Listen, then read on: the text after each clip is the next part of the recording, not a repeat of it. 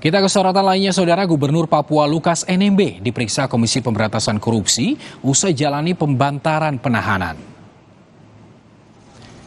Lukas NMB tiba di gedung KPK Jakarta pada Kamis sore. Lukas NMB dibawa dari Rumah Sakit Pusat Angkatan Darat RSPAD Gatot Subroto, tempat dirinya dirawat selama 3 hari belakangan. Tim medis sudah menyatakan kondisi NMB siap menjalani pemeriksaan.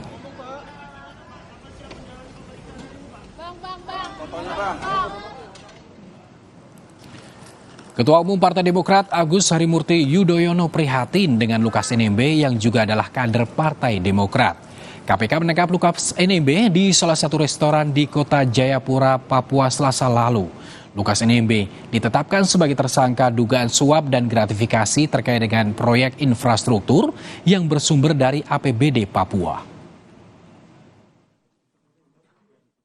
Kita tentu prihatin dan sekaligus memberikan doa dan support. Semoga yang pertama, kita berharap Pak Lukas NMB juga senantiasa diberikan kesehatan, karena beliau juga akhir-akhir ini mengalami sakit, ya, karena itu adalah sesuatu yang bernilai untuk kemanusiaan, memberikan ruang untuk kita sehat, setelah itu bisa menjalani segala hal termasuk proses hukum yang tengah dijalankan.